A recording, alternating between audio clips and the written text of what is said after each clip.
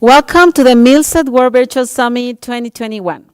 The International Movement for Leisure Activities in Science and Technology, MILSET, has organized this fantastic event for all leaders from worldwide institutions, organizations, corporations, and all the people who likes STEAM.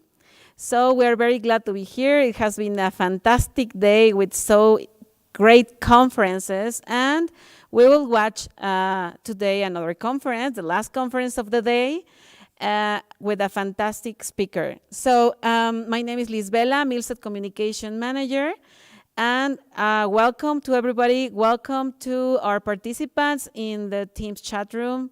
Welcome to all the viewers who are watching us through Facebook and through MILSET YouTube channel. Thank you very much.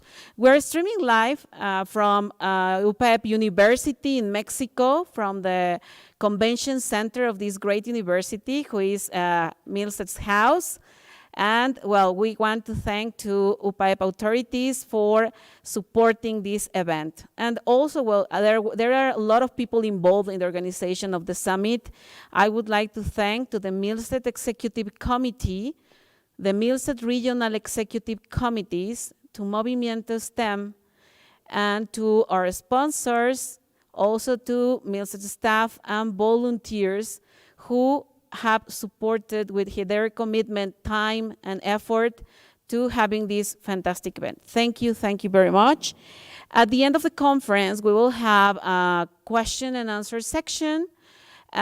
If you are watching us through social media, just write your question on the corresponding chat, and we will read as much questions as time allows us. Thank you very much. Now, I would like to give the floor to Ms. Vera Suárez, MILSET Managing Director. She will present the speaker, the next speaker. Thank you very much. Vera, the mic is yours. Thank you so much, Liz. And on behalf of MILSET, we are so happy to receive our next speaker, that is Mrs. Claudette Muñoz. Claudette is a curious and critical of global education models, and she has been involved in the teaching agenda for over 20 years. She studied foreign language teaching at University of Sonora, specialized in applied linguistics, contrastive educational psychology, and neurolinguistics.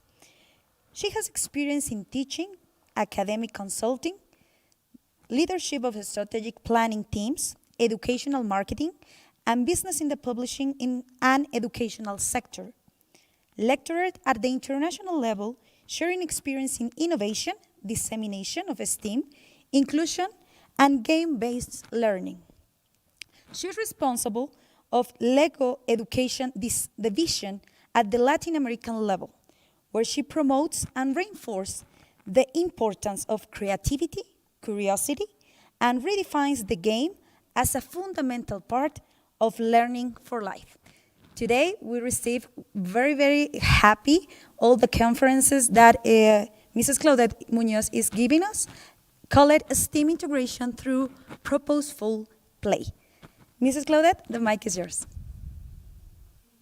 Berenice, and thank you to the MILSET team for inviting us to participate with you in this event, and also thank you for the ones who stayed here. So as I understand, this is the last presentation, so hang in there. I promise that you will find interesting information, we will have some fun, and I will definitely try to convey what we're looking for, which is the STEAM integration through purposeful play. My name is Claudette Muñoz, and I am the regional manager for the Americas in LEGO Education. My responsibility goes in Latin America and Canada. So I will be sharing some examples of what we do in some countries, and specifically we will see some very fun videos. But first of all, I would like you to join me in a moment of play. So we're going to play this is what we're going to do. I am going to present some questions, and you are going to write down or think about or come up with the answers, and I will let you know whether you are correct or not. So we are going to check how much you know about. How much do you know about Lego? So the first question that I want to ask is, do you know what is the plural of Lego? Do you know when you want to talk about Lego in plural, how do you say that word? The answer is that it doesn't matter if you have 1 or 100 pieces of Lego, it is still Lego. It means that we don't say Legos. That's not correct. We should say Lego elements, Lego bricks, boxes with Lego, Lego sets, etc. So the plural of Lego is Lego. Second question, let's go. So where does the word Lego come from? Do you know where does the word Lego come from? So yeah, some of you might know this answer. And for the ones who do not know, the answer is that it comes from the Danish word legot, which means play well in Danish, and Lego is made from the first 2 letters of each word. That's what Lego stands for, play well. So the third question, and let's remember that I am representing today Lego education. So how old is Lego education? Do you know how long has Lego education been in the hands of children at academic contexts? Yes, a long time. The answer is 40 years, 41 this year, because in 1980, Lego saw the natural need for an education division when it noticed that teachers were using the popular Lego bricks in classrooms to engage students through hands-on learning. What about that? Did you know that? So let me complement a little bit more, give you some more information about the Lego group. It is a family-owned Danish company. It was founded in 1932. So we've been also in the children's hands for some time now. It has been named the #1 toy company, at least until last year. I am hoping that we will be the top 1 toy company in many future years. We also have been addressed as one of the companies, most influential companies in Time 100 Most, and we're present in 140 countries. I have the privilege of sharing my mission with 18,800 colleagues, and we also have been addressed as the #1 reputable brand according to the RepTrack report of the 100 reputable brands. Now, where is Lego education? We know that the Lego has very nice toys, super entertaining, hands-on, very engaging, but where is Lego? Well, Lego education is anchored within the Lego brand framework together with the mission. I would like to double click in the values because we believe in imagination, creativity, fun, learning, caring, and quality. So if we check out the mission of the Lego group, which is inspire and develop the builders of tomorrow, we will see also that how close this is with Lego education. And at the Lego group, of course, our most fundamental belief is that children are our role models because of their natural hands-on approach to learning. And this is just the context of what I'll be talking about shortly. So since children are our role models, that's the reason why we base our efforts and we push a lot learning through play. Now, the aspiration of Lego education is to enable every student to succeed through a system of playful learning. By the year 2016, 10 million children have STEAM solutions, hand-on solutions. And by the year 2032, our mission is to have 100 million children learning through play. Our role is to be the educational beacon for Lego system in play. Please pay attention to this system in play, focusing on delivering quality learning outcomes that develop 21st century skills by bringing play into learning. And this is where I ask, for example, do you usually integrate play in your everyday life? Do you usually integrate play in your classrooms? Do you usually integrate play in your own professional development? Now, whether the answer is yes or no, I would like to understand also why. And I think that this is really, really valuable because learning through play is quite an effective way to a learning path. Now, where is the STEAM integration? How, where can we do this? And I will again repeat that children are our role models. So let's watch this video, and I would like you to pay attention where you see the STEAM.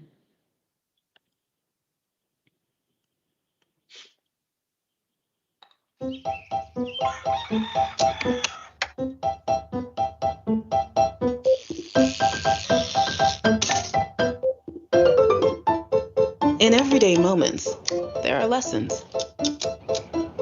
Play includes moments of learning that are meaningful and motivating. How do we create those moments in classrooms? Introducing the LEGO Learning System, designed to teach STEAM through purposeful play, where knowledge grows, skills flourish, and students fall in love with learning.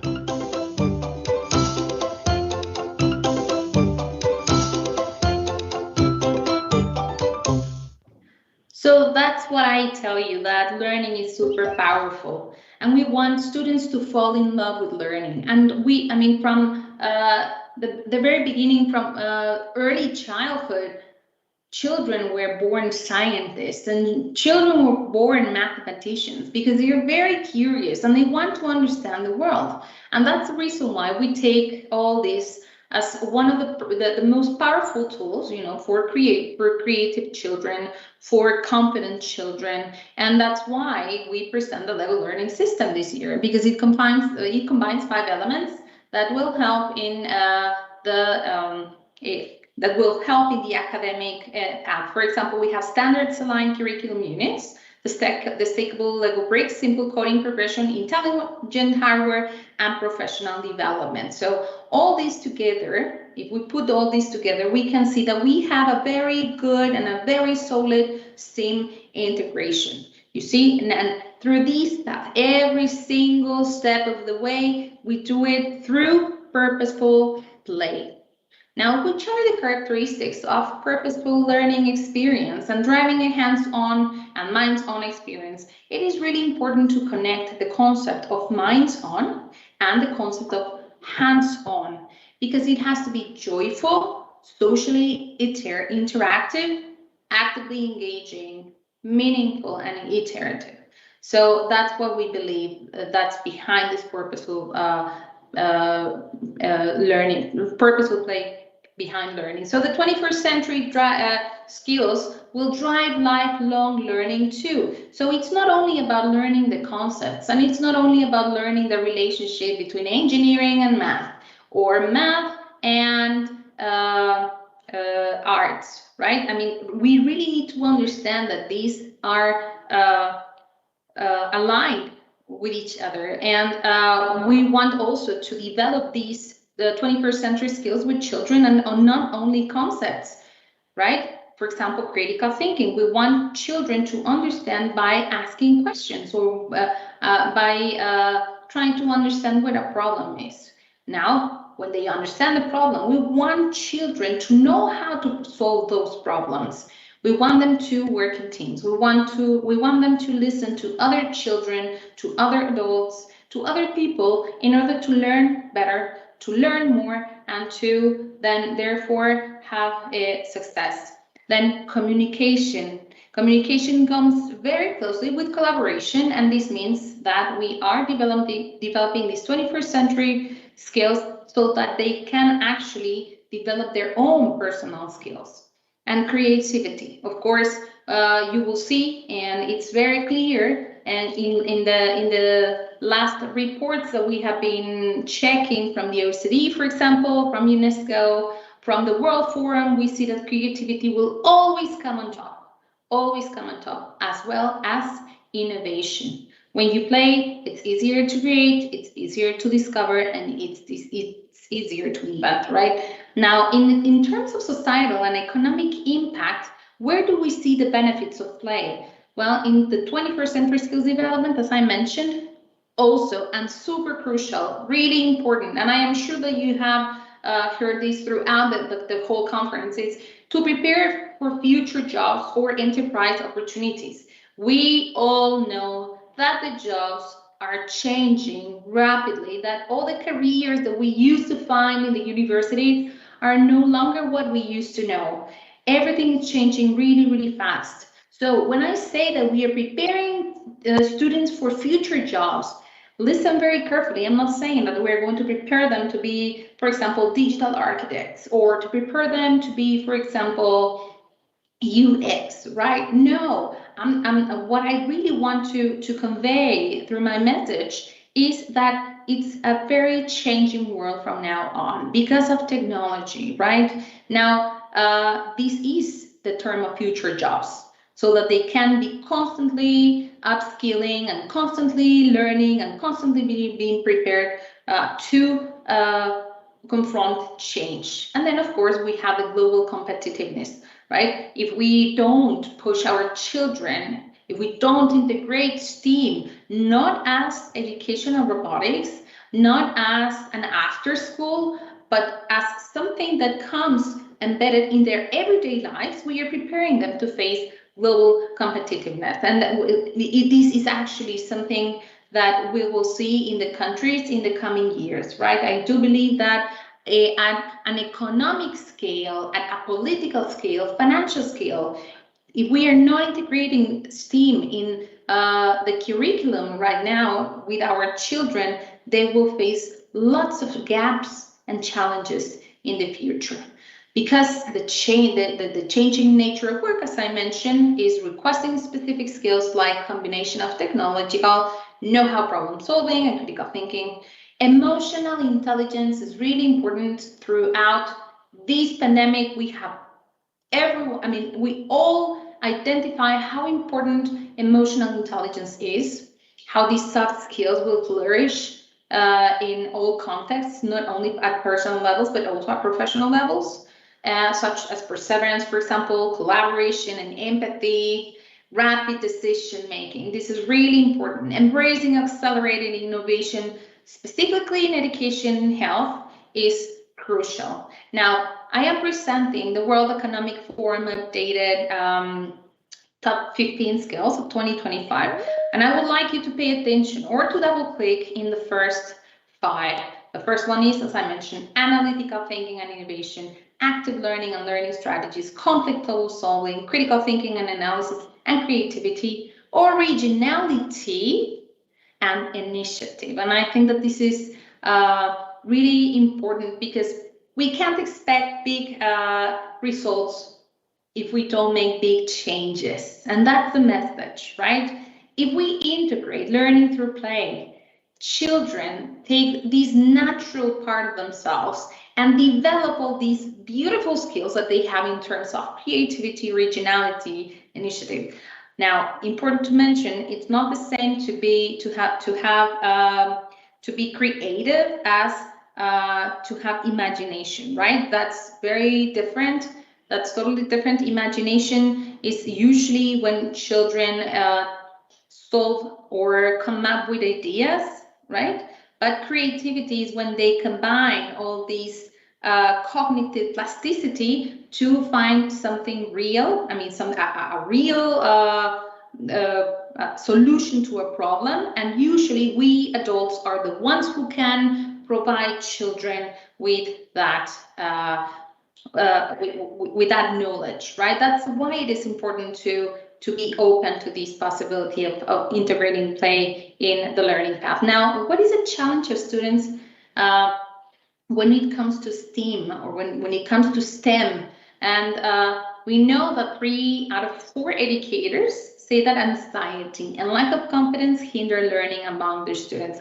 I do remember when I was at school, and I do remember that I used to see, like the math teacher coming into the classroom, and he didn't even open his book. He didn't even ask us to open ours.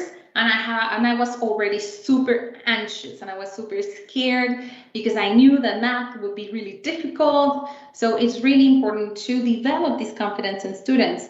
Now, what is the difference between sitting down behind the screen or sitting down behind a desk and just writing down mechanic things than to integrate something into action, like integrating your hands, for example, your body into this. And that's why play is important. I repeat. Now, only 1 in 3 educators say that their students are more confident in STEAM subjects compared to 5 years ago. And this number is one that really concerns me. And fewer than 1 in 5 students are very confident when it comes to learning STEAM.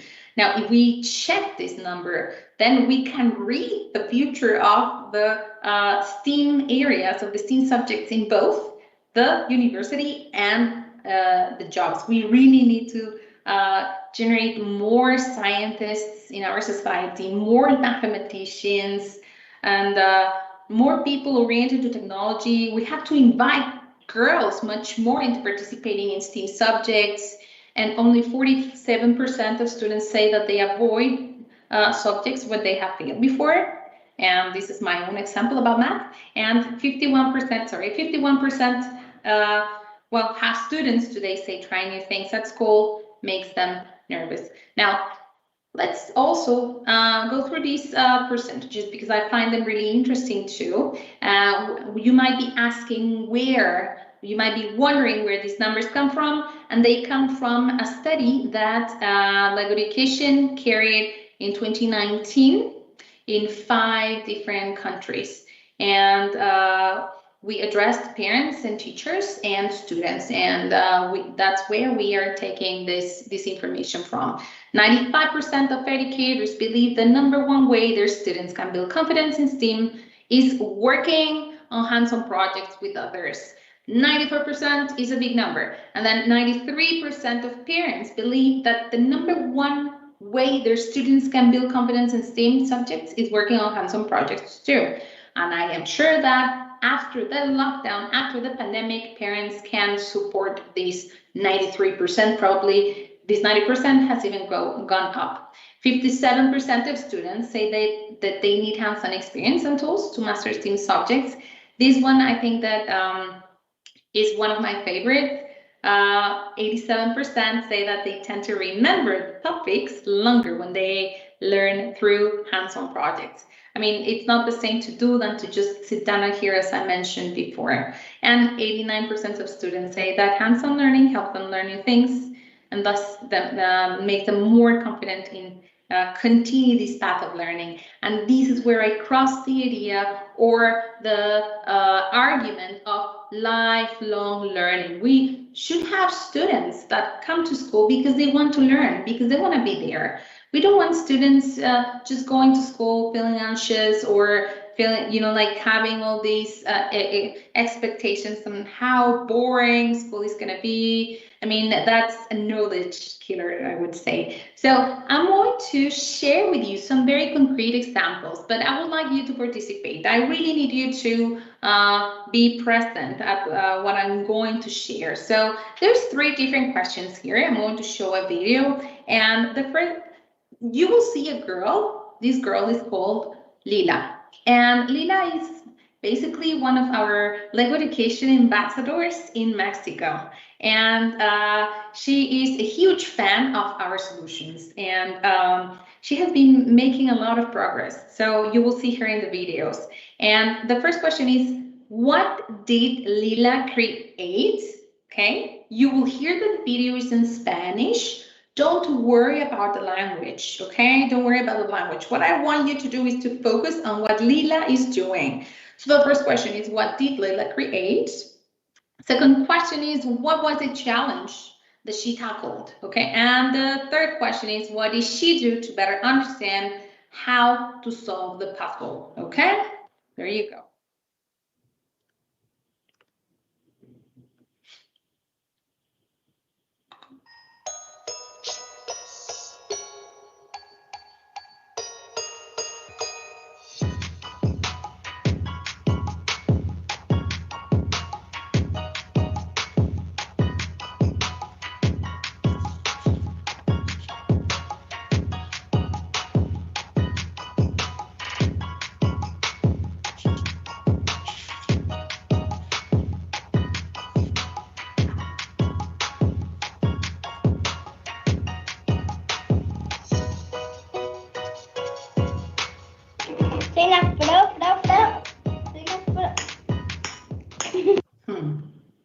So let's go back to the questions. And now let's come up with the answers. So the first one, what did Leah create? She created a labyrinth, okay? She built it herself, she put all the Lego bricks together, and she created this labyrinth. What was the challenge? Well, she had to solve it, and she had to get to the exit of that labyrinth.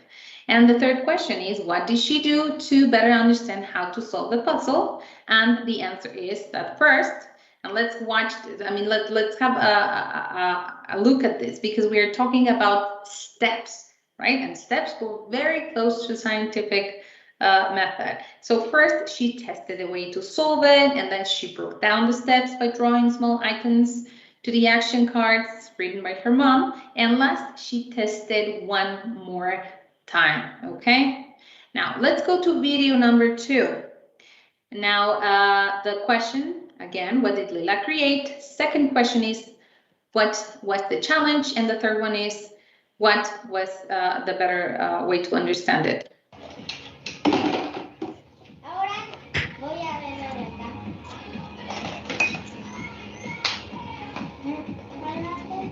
¿Nos puedes platicar un poco de lo que construiste?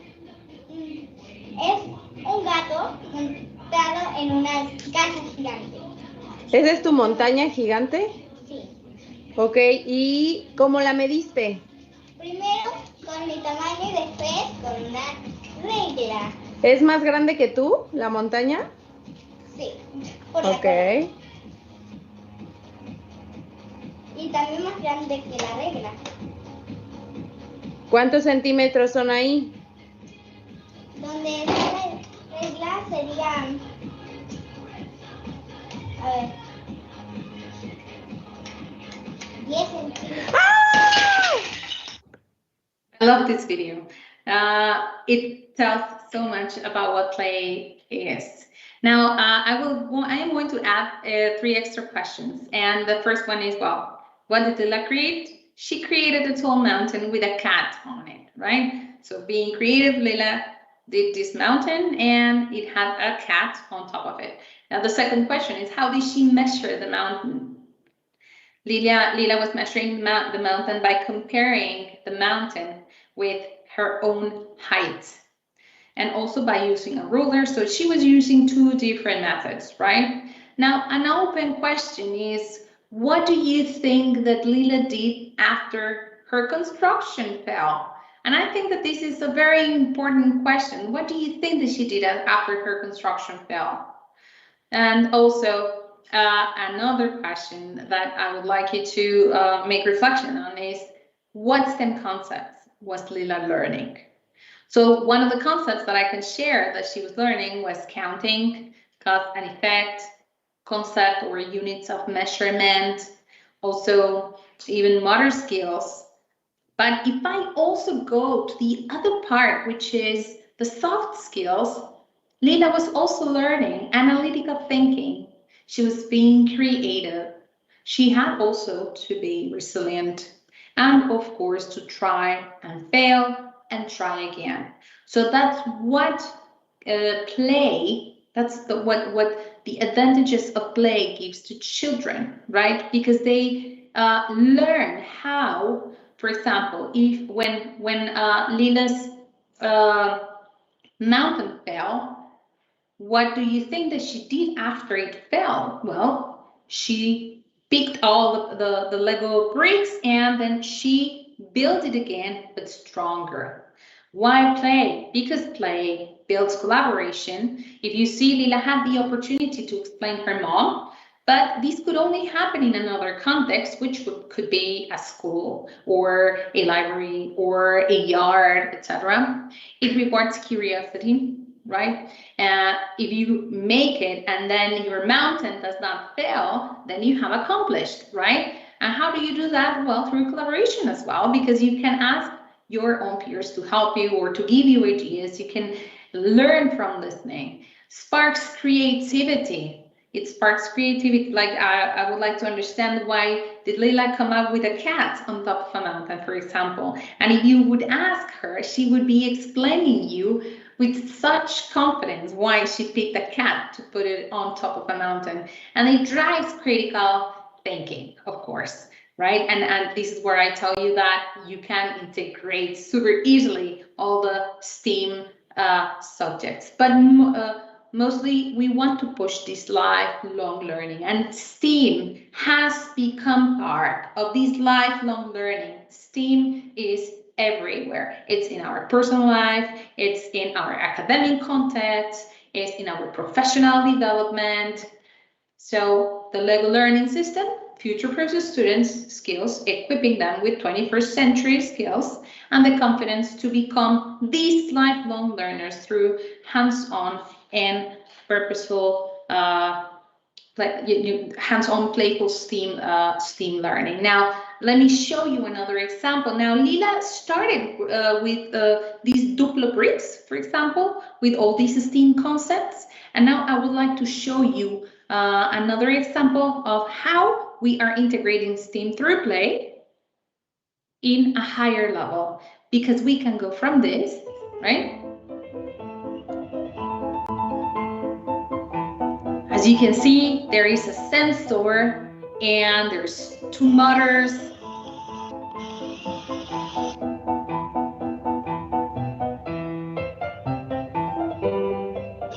And all these like elements. We need to understand that we cannot program if we don't have a well-built robot.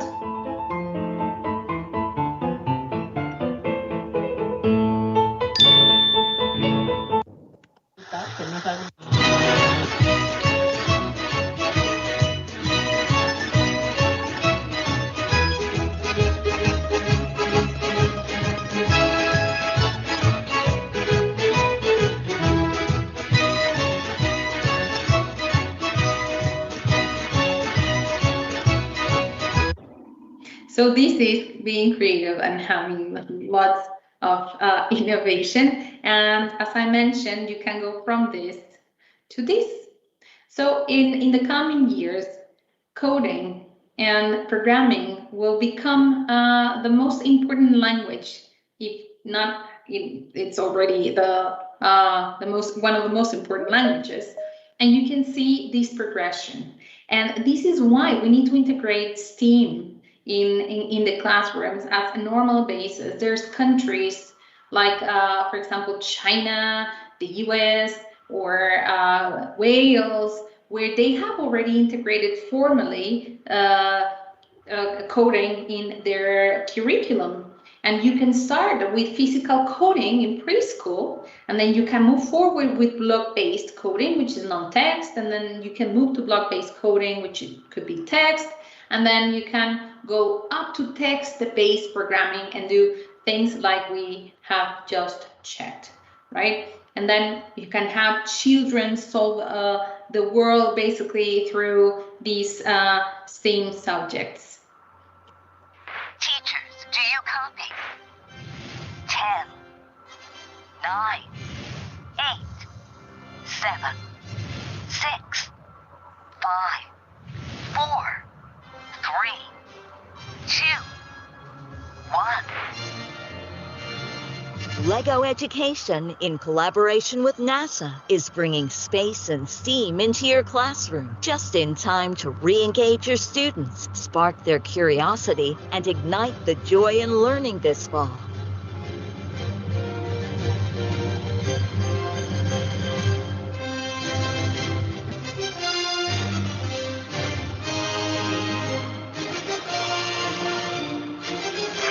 Will you join us on this exciting 10-week mission?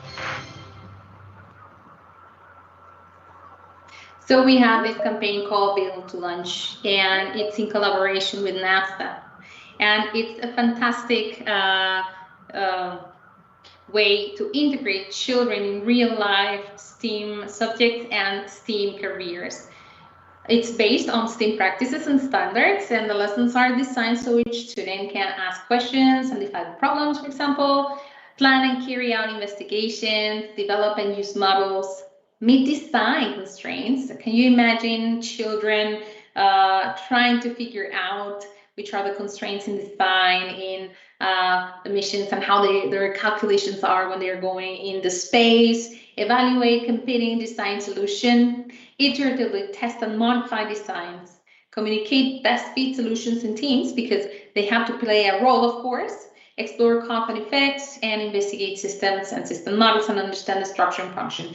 And we are asking children to be in place of the people who are in the group of the mission, which are the minifigures that you can see, right? And each minifigure has a very specific yet super important role in this mission. And it is a program that we launched for this fall campaign precisely because we want children to develop this love of lifelong learning, to develop the love of discovering and wanting to learn more. Of course, we want them to face how technological advances will be, or how does it feel to be an astronaut, or how does it feel to be a designer, etc. Right? Now, this is where we really need to make a reflection on how we have to change, because it's time to rethink learning. And the need of lifelong learning has been evident for years, based on the pace of development and increasingly dynamic society and the impact of technology of our work and life. This is where I tell you, please, STEAM must be a mindset. STEAM is not only 4 letters. STEM is not only 4 letters, sorry. STEAM is not only 5 letters. It's not only disciplines here and there. STEAM should be, must be a lifestyle, and it has to be a mindset for our children, for teachers, and we really need to elevate our concerns in terms of preparing them to change the future.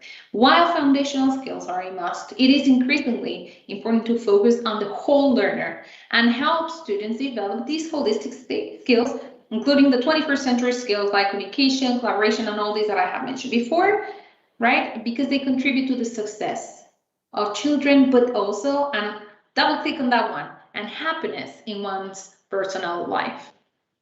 Now, there have been some strong examples of how educators are adopting innovational instructional practices, especially during the pandemic, but there is also ample evidence of students disengaging and not thriving in pure digital settings.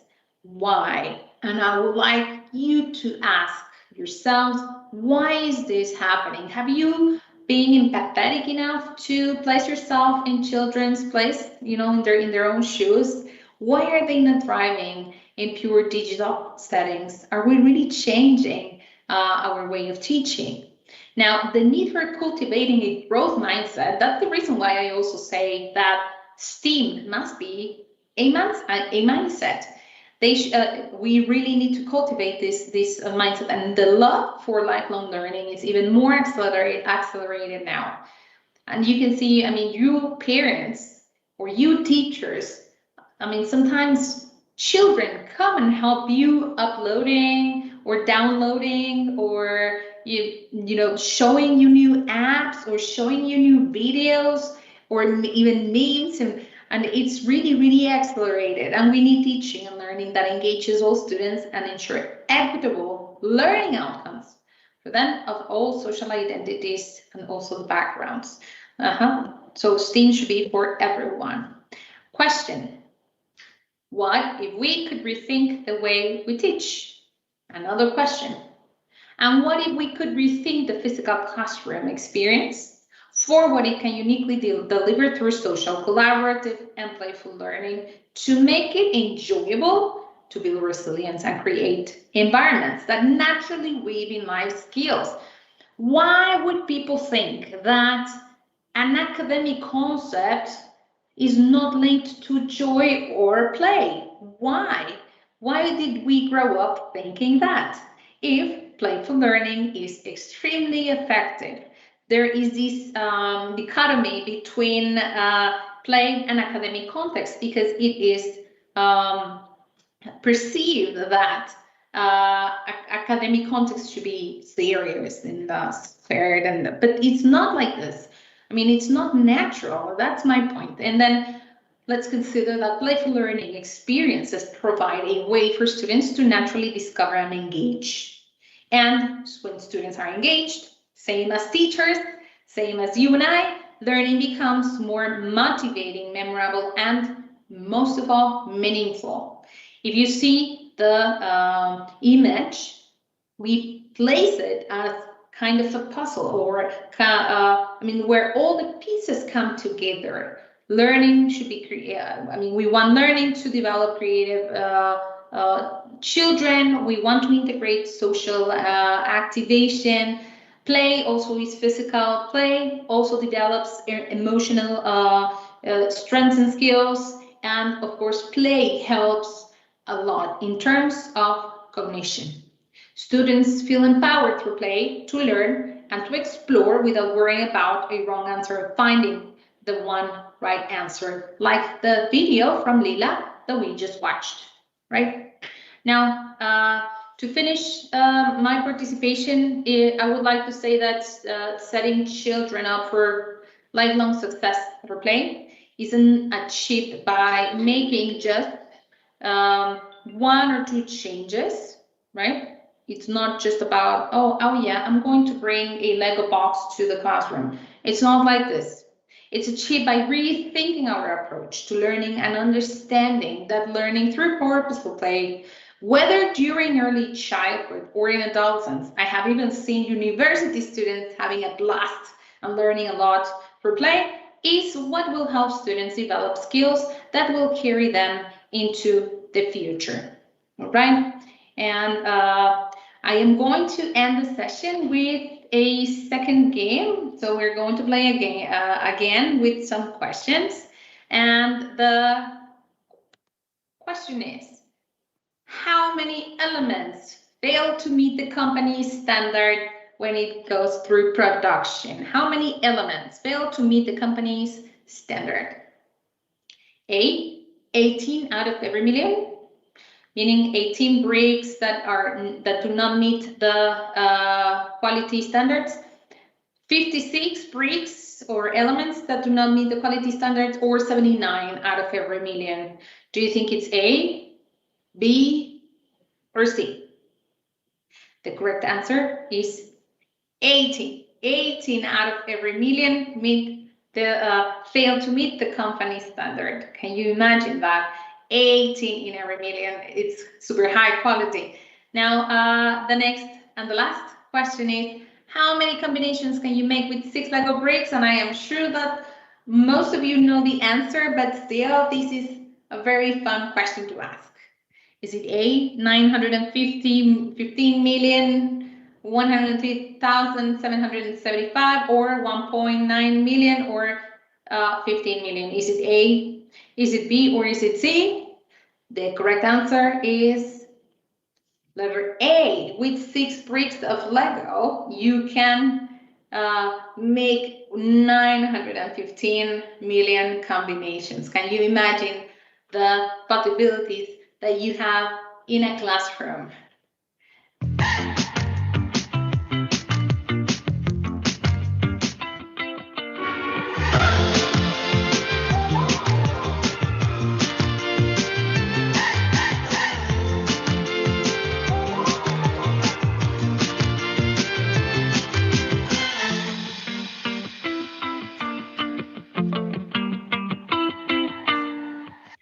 And that's Ellie, that's our robot. And Ellie is very happy to join you today. And thank you very much for the time, for the interest, and for being here with us in MILSET.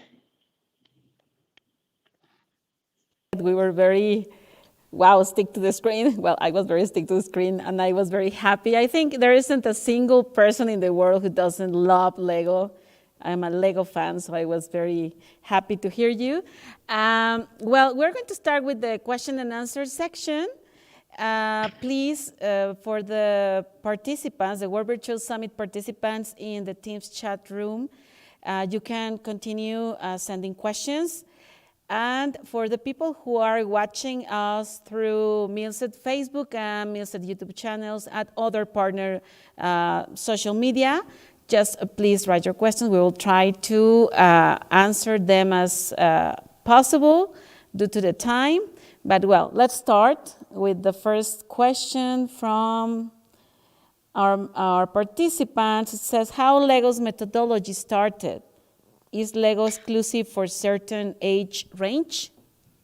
That's two questions, really good questions. The first one is that in the past, the Lego, the family, the owners of the Lego group, started working in the MIT with Papert. Papert was this researcher that focused his energy in understanding the power of play. And even then, Papert integrated technology combined with play. So Lego did this very nice partnership with the MIT, and now we work with the MIT lab. Now that Papert is not following up, now that he's not alive, let's say, it was Mitch Resnick who retook all this research, and the research continues. And we have partnerships with several universities around the world, but the main one is the MIT. That's where Lego Education started, and that's why the Lego group decided to take this to a higher level and created Lego Education. In the past, what's called Lego Dacta, right? Because like the concept of didactic, and in 1980 it formally became a division of the Lego group called Lego Education. The second question is ages. We recommend ages 2 up to university. I mean, it's basically how you want to stretch. That's why we are very, very proud of the Lego learning system, because the Lego learning system supports all this stretching out where you can scaffold, you can adapt. I mean, it's super novel and it's really, really dynamic. So, I mean, you can start programming, for example, let's say with our own apps, because Lego Education has apps where you can icon program, and then you can bring that, you can stretch it to Scratch, for example, which is an open source that comes from the MIT actually. And then you can even stretch it out to MicroPython and then Python, and then construct fantastic models like Ellie the robot that I have just shown. So it's up to you. It's entirely up to you. So that's the answer. Next question is from Christopher Luis. Lego is a company that is very advanced in the development of educational materials. What is the challenge for the coming years in a scenario where virtuality is invading educational systems and limiting interaction? Well, that's another super good question, because it is true that we are moving forward with lots of virtuality, a lot of hybrid models or remote models. But that actually makes us more relevant. And there's actually the huge opportunity that we have, because if we see the children, now that they're coming back to school, they're coming back with such high levels of anxiety. When you give them a Lego education set and you ask them to start creating something, that's when they completely forget about these affective boundaries, when they forget about this anxiety, and when they start talking to other children, right? In virtuality, you can't do hands-on activities. I mean, like using your body, which is super healthy for your mind, or super healthy for your cognition. And for example, in virtuality, it's a little bit more challenging in terms of communicating fast, face-to-face, or developing these social skills.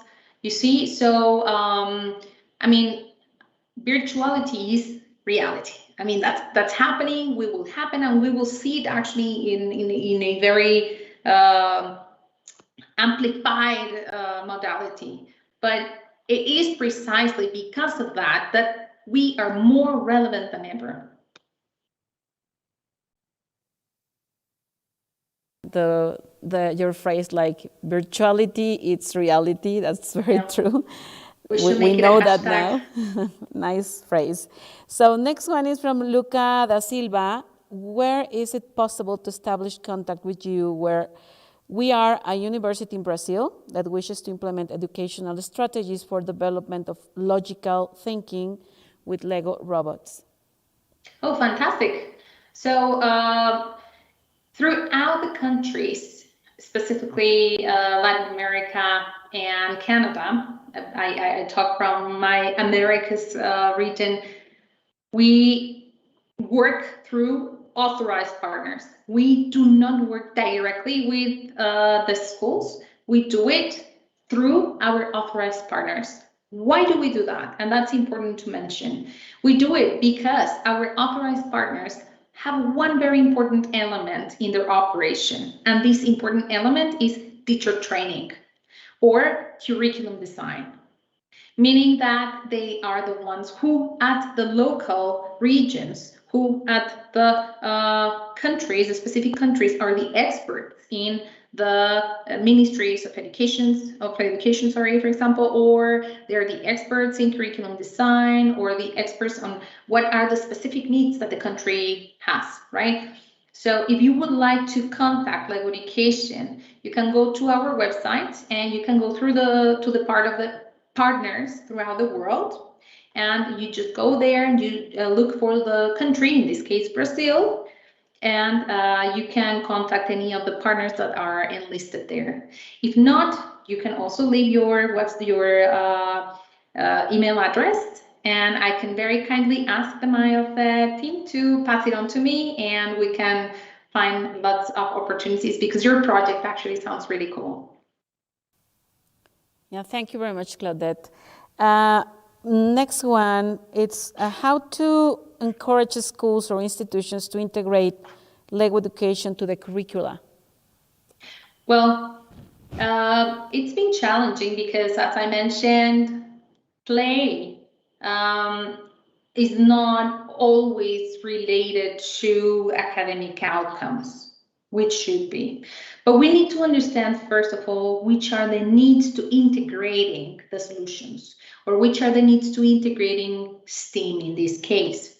We have countries throughout the world that are at, let's say, curriculum integration, meaning that they already, let's say, teachers, for example, teach history by using educational robotics, or teachers teach, let's say, the cycle of water, right? In your, maybe in your biology or in your science lessons, you can integrate robotics and teach children the cycle of water. I mean, it's just a very small example, but that's the reason why we should decide how and why we want to integrate it.